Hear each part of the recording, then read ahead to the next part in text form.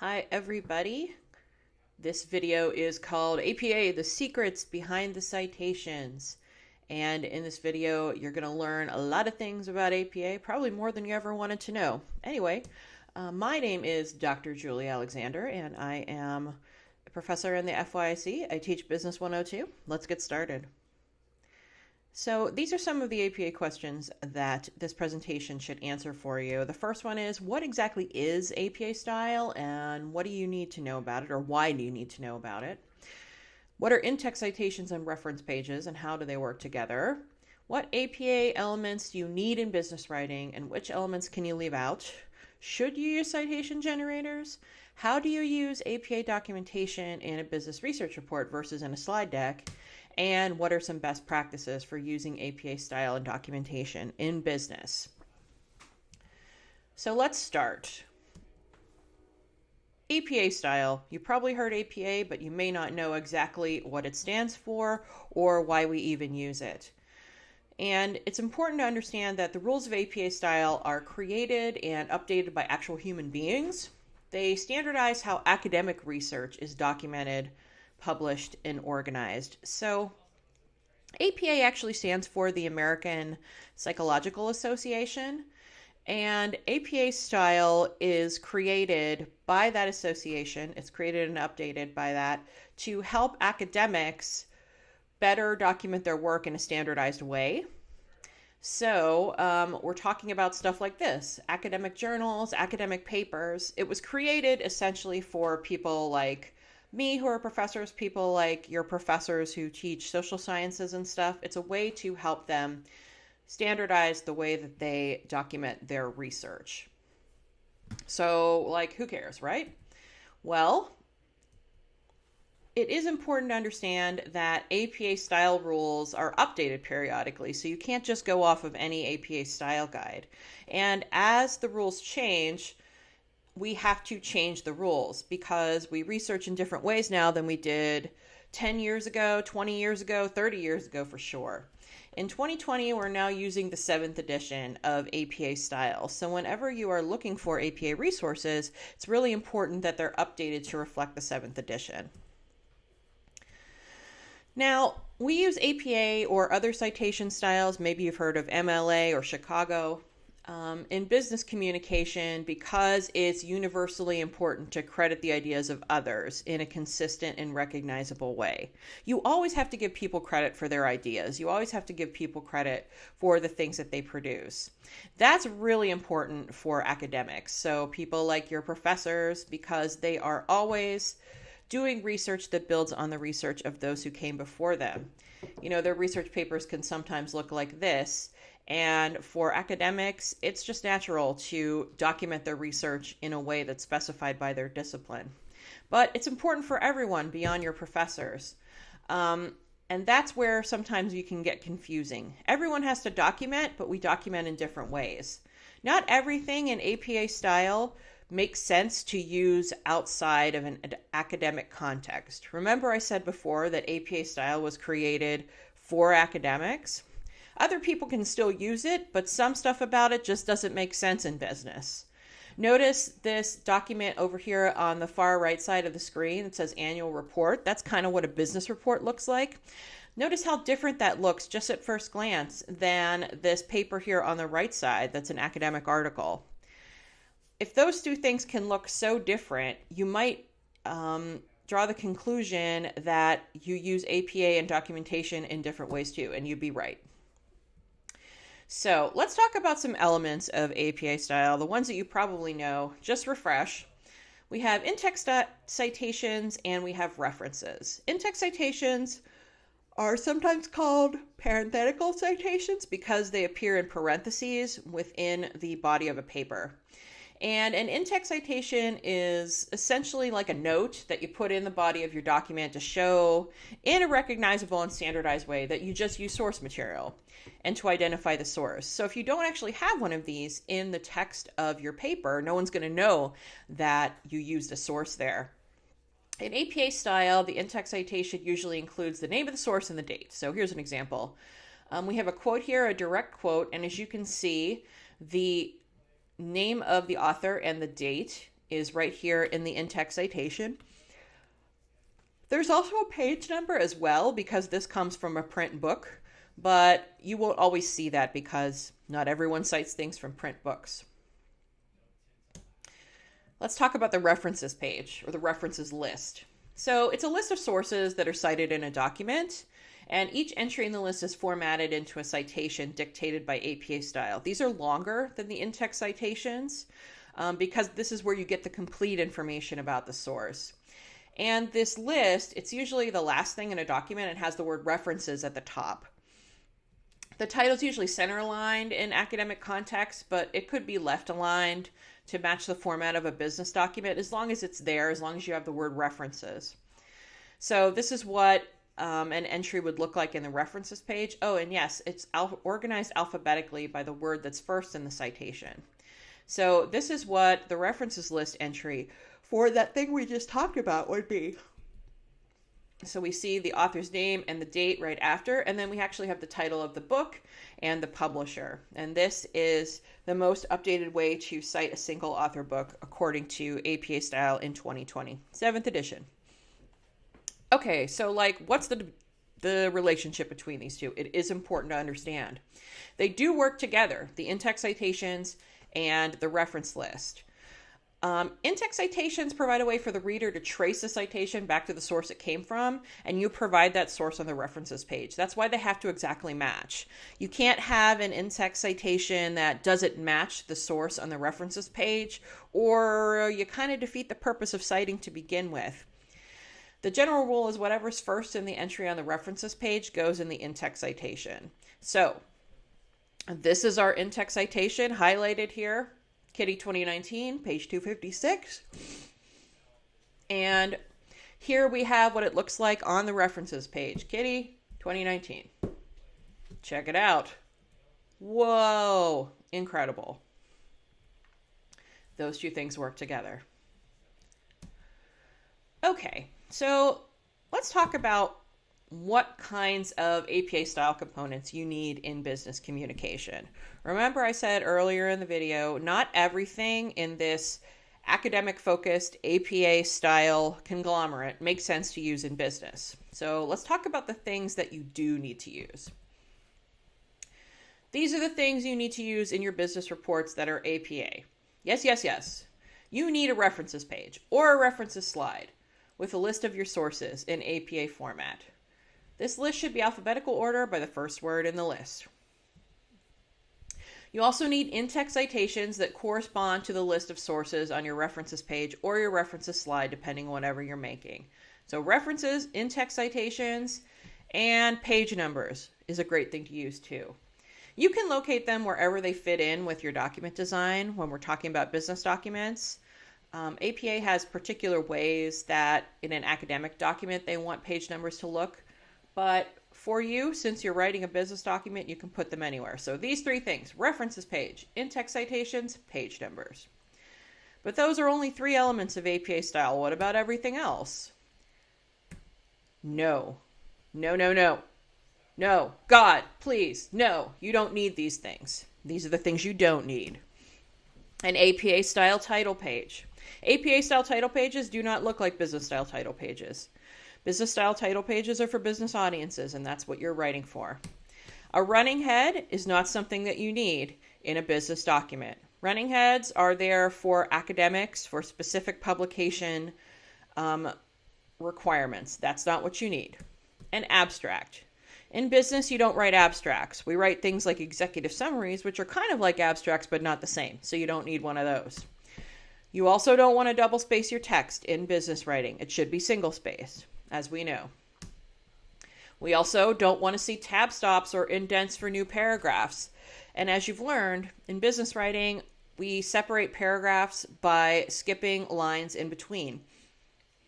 So we have single space writing, and to indicate new paragraphs, you skip a line in between. You also want to center align your headings in business writing. In APA, they ask you to center align headings in business writing. We try to encourage left aligning of headings because it's easier to read and more accessible.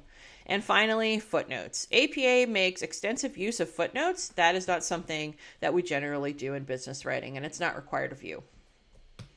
So those things are a big no. No. No. Okay. Now, here's a topic that I want to get into that I'm sure a lot of folks have opinions on, and that is citation generators. And what I mean by those are things like EasyBib, Citation Machine, citation generators. As a teacher, I've run into this situation a lot. A student will turn in a paper with citations that they made using EasyBib, and when I look at them, I know they're incorrect. And so I ask the student, these are incorrect. Did you double check them with the style guide or the Purdue OWL? And the student will go, what? Here's the thing.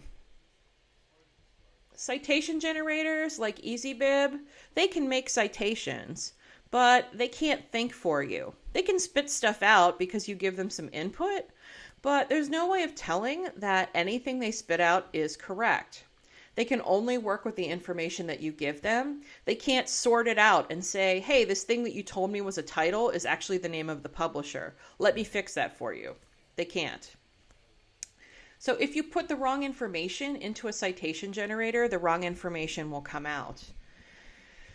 And that is a problem. So my advice, before you use a citation generator, you want to ask yourself, if you're absolutely positively 100% sure of a few things, are you confident that you can correctly identify all the components of each source you're looking at? Do you know which piece of information is the title? Do you know which piece of information is the author? Do you know which piece of information is the publisher? And so on. Are you confident that you can correctly identify the genre of a source? Can you tell a regular web page from a blog, from a news site, from an online journal, for example? Some of those things look very much alike. And if you give the citation generator the wrong information because you haven't identified it properly, you're not going to get the right citation at all, no matter what. Are you confident that you can correctly identify all errors in a machine-generated citation, no matter how small? Are you able to do that? I'm not sure that I even could without looking at a resource. And finally, the biggest question, can you afford to turn in an assignment with incorrect citations, knowing that you may get a poor grade?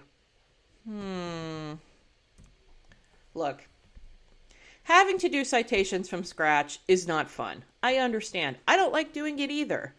It is tedious. You do have to dig out a resource and you have to put it together and you have to analyze it in order to come up with those citations from scratch. But here's the thing. What's worse is the consequences of doing a citation wrong. It could end in plagiarism charges. It could end in getting a 0 on your paper. It could end in having to rewrite the entire thing, depending on what your instructor's policies are. It's just not worth it to cut down on maybe 10 minutes of work by sticking something into EasyBib and praying that the right thing comes out. Don't let your dreams of good grades be dreams. Just do your citations. We're all in this together. We can all do our citations from scratch together, and we'll be better for it. All right. A couple more things. Using APA in business documents. As we know, in reports, there is one way to do things, and then in slides, it's a little different. So let me talk about using APA in reports. So much like in a research paper or any other kind of document, you have to document everything that you didn't create yourself. So that includes direct quotes, paraphrased words, summarized ideas. All of those things need to be documented, and data visuals as well. You want to use in-text citations whenever you use these in the body of your report and include them in your references page at the end. In data visuals too. Now, citing data visuals in a business report is a little bit more tricky, and I'll have another video for that coming up myself. But you want to check in with your instructor and ask them, how do you want me to cite your data visuals? But do know that you need to cite data visuals both inside the body of your paper and also on a references page, because they're data too. They're a source too, just like a source that you might pull a quote from. Now, you don't just write business reports of business. You do stuff like making slide decks, making PowerPoints and stuff like that. And just like in a report, you have to document sources in slide decks in a way that works for your audience. So there's a twist. Unlike academic audiences, business audiences don't necessarily want APA-style citations when they're watching a presentation. And they want something that's accessible to them immediately and that doesn't require specialized knowledge. So in business slide decks, you need to document source material in a way that's easy to identify and locate. And what that means is that maybe you don't use APA style in a business slide deck in order to document stuff in a presentation. Now, I know that this can sound confusing. You might be thinking, wait, so we don't use APA style in business slide decks? Like, what are we supposed to do? How do we document stuff in business slide decks? Remember I said that APA style was originally created for academics, for professors. If they were given a presentation, they would absolutely use APA style. But if you're talking to business professionals who don't, do APA and academic research for a living, if you give them some APA style citations, they may not be able to understand them at first glance, and that could make them unhappy with what you presented to them. You got to give them something that's easy to use and that doesn't require special knowledge. So you have to ask yourself, does my audience understand and want APA style citations, or do they want something else? Should I give them something else? But here's the thing, no matter what, you have to document source material that supports the points you make. So even though they may not want a citation or a little listing of what the source is that looks like an APA style citation, you still got to do it. So you have to document things like direct quotes, paraphrased words, summarized ideas on a slide deck, data visuals too, and any images, video, or audio that aren't used specifically for decoration and design. So anything on a slide deck that's actually supporting a point, that's considered data, and you have to cite that too. You should also include a references list slide at the end of your business slide deck with working links where applicable. So if you have links to any of the things that you used in your slide deck, you should put those links in a slide at the very end of your slide deck so that if someone downloads it or is looking at it, they can follow those links and find your source. Okay, let's finish this up by going over some best practices. Whenever you are doing APA, you don't want to assume that you can do it without help. APA is one of those things that we all need to brush up on from time to time. So you don't want to hesitate to ask for help from experts. An expert might be your professor or a librarian or a great resource that you find out there. But here's the thing. You have to realize that it's your job to learn to use the resources available to you and to do the work. Remember this guy? I always tell my students that I am not a walking, talking APA citation manual. I do not have the APA style guide committed to memory. So if a student comes up to me and says, hey, how do you cite this article in APA? As if I know it by heart, I answer, I don't know that off the top of my head, but I can help you figure it out. Let's look at a resource together. So again, it's your job to learn to use the resources available to you and do the work. Just do it. Now, those resources, they got to be good. So you want to use a reliable, updated APA style guide or a resource like the Purdue OWL or the official APA style website. The Purdue OWL is awesome. OWL stands for Online Writing Lab, and it is an awesome resource for APA style. It's always updated. You can also go to the APA style website yourself. Now, like I said, I don't recommend that you use online generators like EasyBib unless you're a PhD level APA citation expert. And guess what? I'm not even an APA citation expert. I'm better at using APA than the average person, but I wouldn't consider myself a citation expert, and I have a PhD. I don't even use online generators. I do my stuff by hand, and you should too. So, EasyBib, just cut it out. Do your stuff. Do it by hand. Do it from scratch. It is important to recognize that consistent documentation is necessary no matter what the situation is. Whether you're writing a report for school or you're creating something for business, you're creating a slide deck, you got to do things consistently and you got to cite your sources. You can't just go in there without sources cited, without sources documented, if it's APA or if it's something else. That's the right thing to do, to document and to give credit where credit's due. So do it. And finally, when you use elements of APA style, you got to think. You got to think about why and for what purpose you're using them. Don't just include them because they're in a style guide or you see them in a random resource or an example paper. They may not be what your instructor wants you to use. They may not even be correct. You want to ask your instructor or another expert, but the most important thing for you to do is to think. Think about what's being used and why. So, my last piece of advice I leave you with is to go to the experts and go to your resources. Your instructor has likely provided you with a list of strong, credible APA resources. Use them wisely and confidently. Good luck with your work and with your APA citations, and maybe I'll see you again in my next video. Bye.